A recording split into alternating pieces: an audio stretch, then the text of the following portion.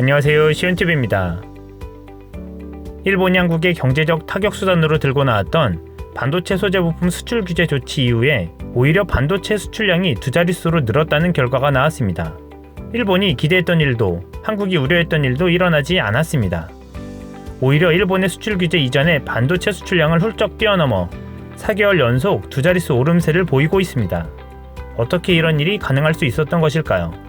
이는 일본의 수출 규제 강화로 인해 불확실성이 커지자 반도체를 필요로 하는 업체들이 물량 확보를 위해 이전보다 더 많은 물량을 사들였기 때문입니다.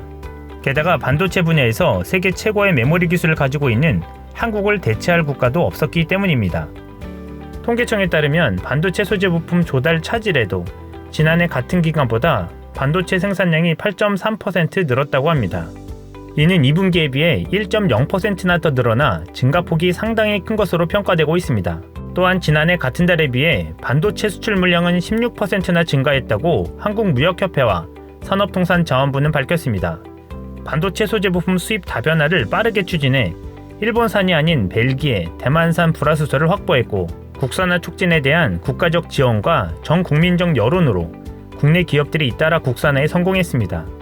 이렇게 국산화시킨 소재 부품 장비들을 국내 대기업들이 사용하는 데 무리가 없도록 하기 위해 나노종합기술원에서 소재 부품 장비들을 지속적으로 테스트하는 테스트 베드 역할을 자처했습니다. 하나하나 척척 손발이 맞아가는 모양새입니다.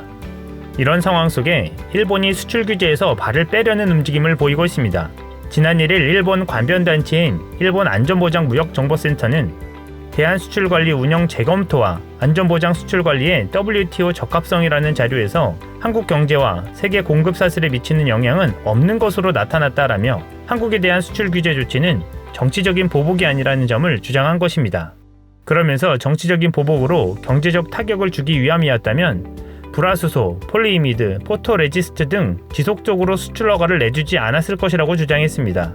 또한 비화이트리스트 국가들 가운데 최우대 조치를 했다고 부연했습니다. 이는 한국의 전략적 반도체 공격이 전혀 효과가 없고 한국의 불매운동으로 일본이 큰 타격을 입었기 때문으로 분석되고 있습니다.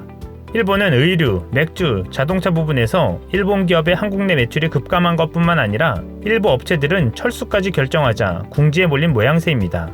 게다가 일부 지방 소도시에서는 재정 지원까지 바라고 있는 상황이라 이 문제를 해결하기 위해 자기들 유리한 대로 해석하려는 것입니다.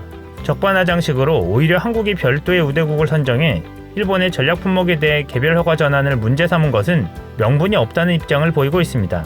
그러면서 마지막엔 오해에 기초한 싸움에 힘을 낭비하지 말자라고 하면서 상호 운영 내실화와 합리화로 양국 간 관계를 재구축할 수 있는 대책을 기대한다라고 말했습니다. 일본이 찔끔찔끔 수출 허가를 내줄 때 일본이 결국 이런 주장으로 무마하려는 것을 예상하고 있었지만 정말 그 시나리오대로 한국의 부당성을 내세우며 덮어씌우기로 나오니 더욱 기가 찰 노릇입니다. 그런데 일본이 이런 주장을 하기에 이미 때는 늦은 상황입니다. 양국 관계가 정상화로 돌아간다 해도 일본이 한국에 행한 사실상의 금수 조치를 한국민뿐만 아니라 전 세계 모든 국가들이 받기 때문입니다. 한국인들 인식 속에 일본의 이미지가 더욱 각인되어 이제 한국에서 일본 기업들이 설 자리는 잃게 되었고 일본 여행의 방사능 위험은 이번 기회로 더욱 알려진 꼴이 되었습니다.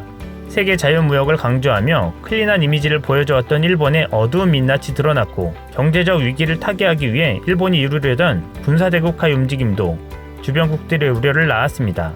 결국 한국에 대한 수출 규제가 부당하다는 것을 이미 일본은 알면서 자행한 것이었고 출구 전략은 이렇게 만들어놨던 셈입니다. 자기가 자기 발등 찍은 꼴이 되었습니다. 이상 시온TV였습니다.